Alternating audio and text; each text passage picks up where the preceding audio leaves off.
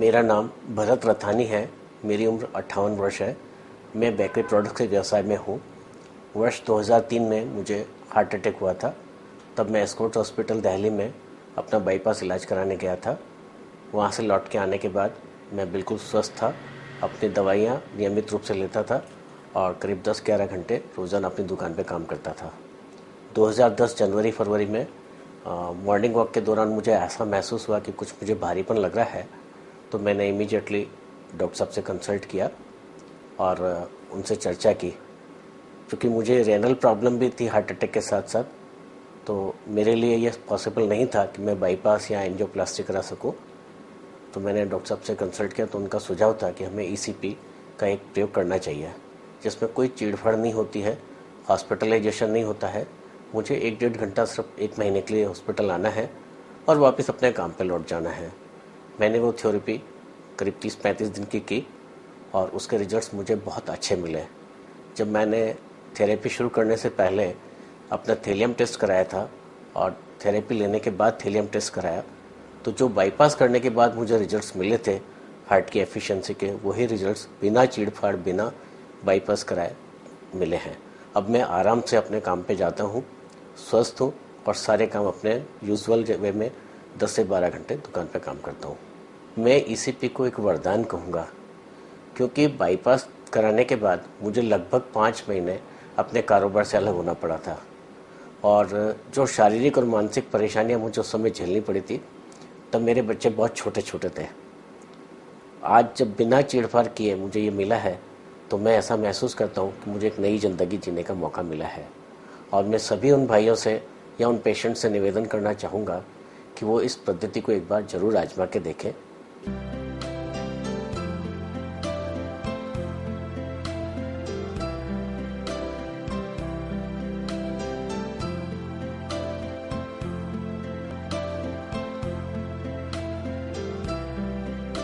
पहले heart attack और brain haemorrhage और पैरालिसिस तीनों एक साथ अटैक आए थे। उसके बाद में यही ट्रीटमेंट चल रहा था। उसके बाद में ट्रीटमेंट चलता रहा। उसके बाद में जब मशीन आई, उससे ये हुआ कि भाई कि इससे बाईपास कराने की आवश्यकता नहीं पड़ेगी। मतलब पहले चलने फिरने में दिक्कत आती थी और सांस बढ़ता था। मोटरसाइकिल या बाइक चलाने के अंदर भीड़ के अंदर घबराहट होती थी। इसके बाद के अंदर कोई दिक्कत नहीं आती है। हर तरह के काम करने में कोई समस्या नहीं आती, कोई थकान नहीं होती। पहले जैसे नॉर्मल स्थिति हो गई वापस। और इसके अंदर तो सिर्फ ये है कि 1 घंटा आना पड़ता है और 1 घंटे के बाद में कोई दिक्कत नहीं है। पूरा कोर्स लेने के बाद में एकदम आदमी नॉर्मल महसूस होता है।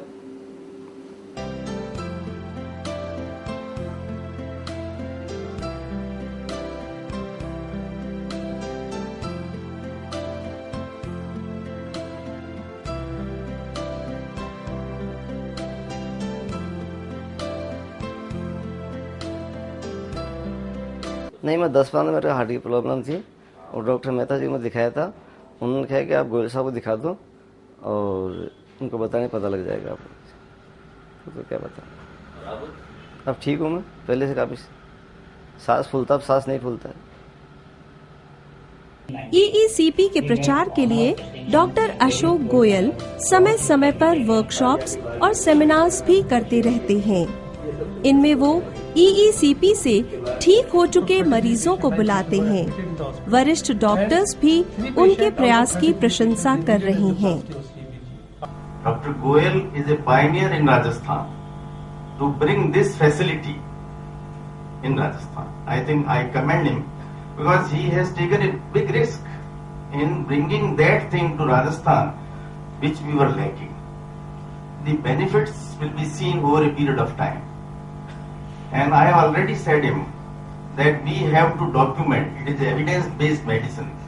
And we must document what has happened before and what has happened after. We want people to be questioned whether they have improved or not. And I learned that he has a series of patients.